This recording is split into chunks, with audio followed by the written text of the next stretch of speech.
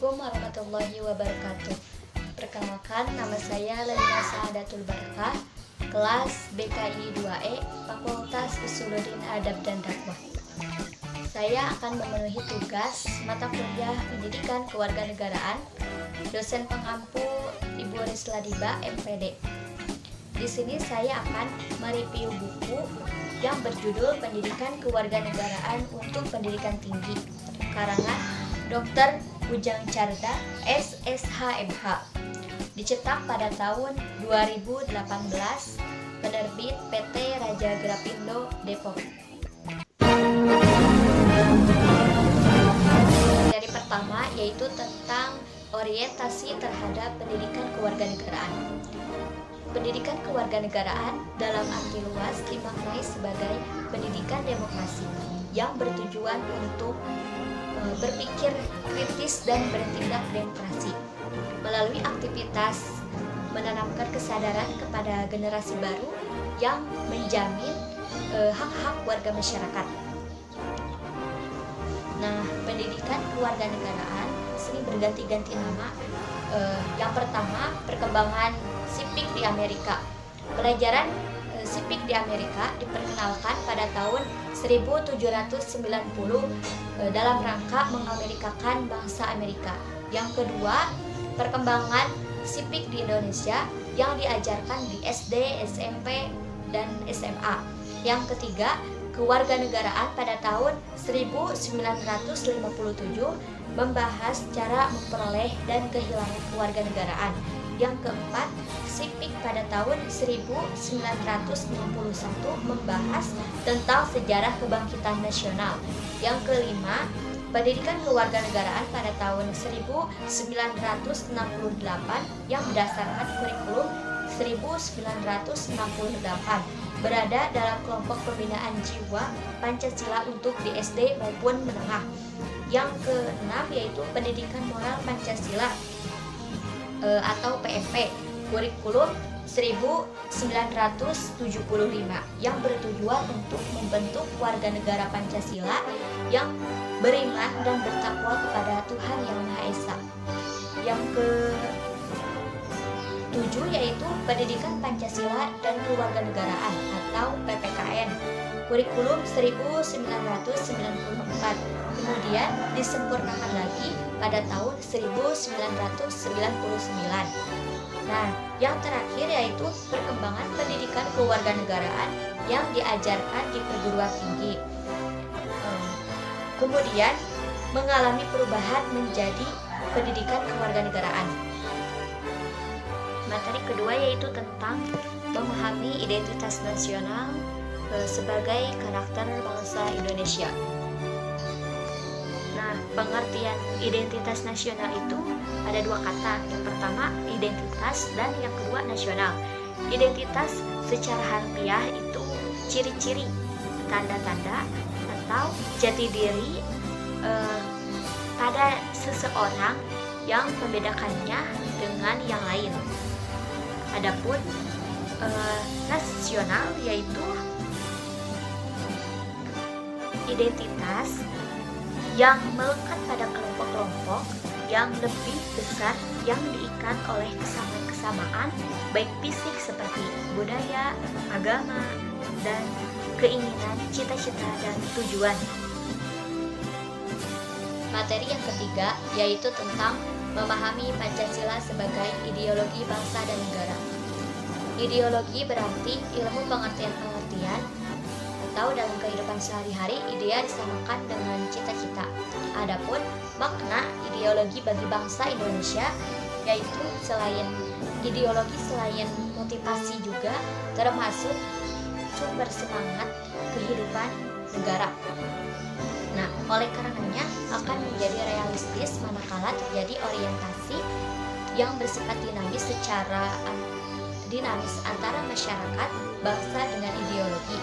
Nah, dengan demikian ideologi akan bersifat terbuka dan antisipatif, bahkan bersifat reformatif.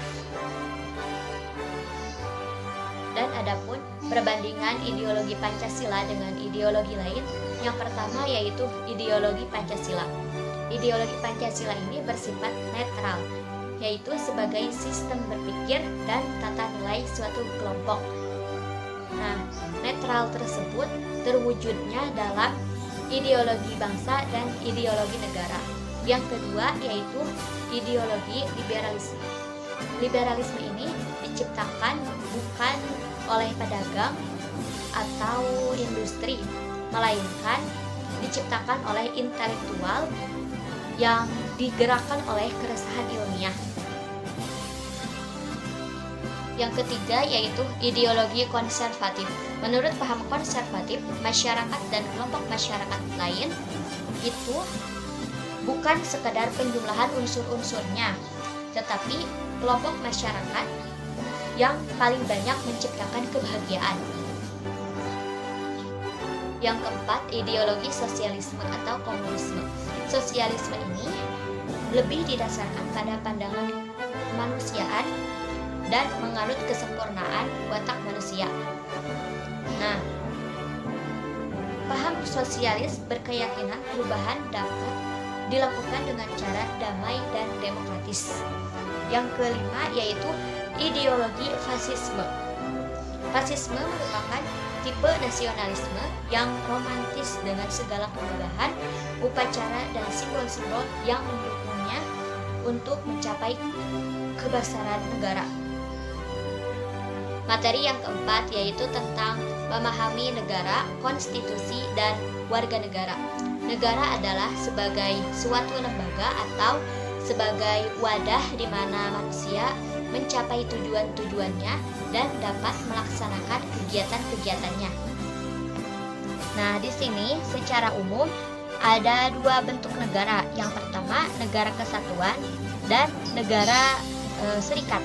Negara kesatuan adalah yang mengatur semua kekuasaan di lingkungan wilayahnya, yang berkuasa penuh hanya pemerintah pusat. Adapun negara serikat adalah suatu negara yang mempunyai negara bagian. Nah, negara tersebut bergabung dari beberapa negara. Awalnya negara itu berdiri sendiri, kemudian menggabungkan diri dengan negara serikat. Nah, adapun di sini pengertian konstitusi yaitu seperangkat hukum dasar yang dijadikan pegangan dan acuan dalam penyelenggaraan kehidupan bernegara. Yang selanjutnya yaitu pengertian warga negara. Nah, adapun warga negara adalah warga itu anggota dari organisasi. Nah, organisasi tersebut yang bernama negara. Nah, ada dua asas kewarganegaraan. Yang pertama, asas ius soli, yang kedua, asas sanguinis. Asas ius soli adalah daerah kelahirannya. Artinya bahwa seseorang itu dapat ditentukan oleh tempat kelahirannya. Yang kedua itu asas sanguinis. Asas sanguinis ini adalah asas yang keturunan atau hubungan darah. Artinya seseorang itu ditentukan oleh kedua orang tuanya. Nah, adanya dua asas kewarganegaraan tersebut pasti ada masalah yang menimbulkan status bipatride dan apatride. Bipatride itu yang memiliki dua status kewarganegaraan, dan adapun apatride yaitu tidak memiliki kewarganegaraan. Materi yang kelima yaitu tentang memahami negara hukum, hak asasi manusia, dan demokrasi. Istilah negara hukum yaitu suatu istilah yang muncul pada abad ke-19. Namun sesungguhnya konsep negara tersebut sudah ada tercetus pada abad ke-17 di negara-negara Eropa Barat, yaitu para raja yang berkekuatan absolut pada waktu itu. Nah, di sini ada pengertian hak asasi manusia menurut Undang-Undang Nomor 39 Tahun 1999, yaitu hak asasi manusia adalah seperangkat hak yang melekat pada hakikat dan keberadaan manusia sebagai makhluk Tuhan yang Maha Esa dan merupakan anugerahnya yang wajib dihormati, dijunjung tinggi dan dilindungi oleh negara, hukum dan pemerintah, dan setiap orang demi kehormatan serta perlindungan harkat dan martabat manusia. Sementara itu, istilah demokrasi berasal dari Yunani, yaitu demos artinya rakyat dan kretein itu artinya pemerintah. Nah, secara harfiah demokrasi itu mengandung arti pemerintahan rakyat atau rakyat berkuasa. Yang lebih dikenal yaitu pemerintahan dari rakyat, oleh rakyat, untuk rakyat. Materi yang keenam yaitu tentang memahami wawasan Nusantara sebagai wawasan nasional Indonesia. Wawasan Nusantara merupakan penjabaran dari nilai cinta tanah air dengan segala aspek kehidupan di dalamnya yang merupakan satu kesatuan dalam bidang ekonomi, ideologi, politik, sosial budaya, dan pertahanan keamanan negara. Dan fungsi wawasan Nusantara yaitu sebagai pedoman, motivasi, dorongan, serta rambu-rambu dalam menentukan segala kebijaksanaan, keputusan, tindakan, dan perbuatan bagi penyelenggaraan negara di tingkat pusat dan daerah bagi seluruh rakyat Indonesia dalam kehidupan bermasyarakat dan bernegara.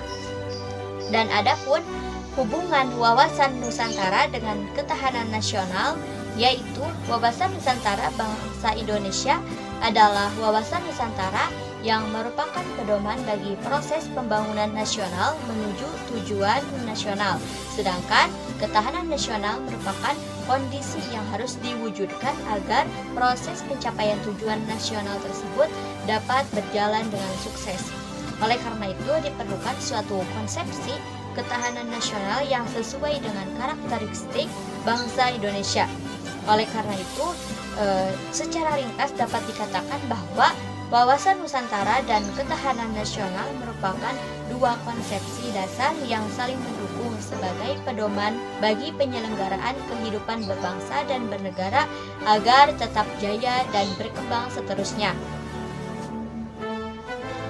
Materi yang terakhir yaitu tentang memahami ketahanan nasional dan integritas nasional Indonesia. Pada tahun 1969 lahir istilah ketahanan nasional dengan rumusan yaitu keuletan dan daya tahan suatu bangsa yang mengandung kemampuan mengembangkan kekuatan nasional yang ditujukan untuk menghadapi segala ancaman yang membahayakan kelangsungan hidup negara dan bangsa Indonesia. Dan sifat-sifat ketahanan nasional itu yang pertama mandiri, yang kedua dinamis, yang ketiga wibawa, yang keempat konsultasi dan kerjasama. Selanjutnya, pengertian dari integritas nasional yaitu upaya menyatukan seluruh unsur suatu bangsa dengan pemerintah dan wilayahnya. Mengintegrasikan itu berarti membuat untuk atau menyempurnakan dengan jalan menyatukan unsur-unsur yang semula terpisah-pisah. Nah, pentingnya integrasi nasional itu masyarakat yang terintegrasi dengan baik merupakan harapan bagi setiap negara. Nah, sebab integrasi masyarakat merupakan kondisi yang diperlukan bagi negara untuk membangun kejayaan nasional demi mencapai tujuan yang diharapkan. Nah, ketika masyarakat suatu negara senantiasa diwarnai oleh pertentangan atau konflik, maka akan banyak kerugian yang diderita. Baik kerugian berupa fisik materi, seperti kerusakan sarana dan prasarana yang sangat dibutuhkan oleh masyarakat, maupun kerugian mental spiritual, seperti perasaan kekhawatiran, cemas, ketakutan, bahkan juga tekanan mental yang berkepanjangan. Mungkin itu saja yang dapat saya sampaikan. Apabila dalam penyampaian materi kurang memuaskan dan ada kesalahan, mohon dimaafkan. Terima kasih. Wassalamualaikum warahmatullahi wabarakatuh.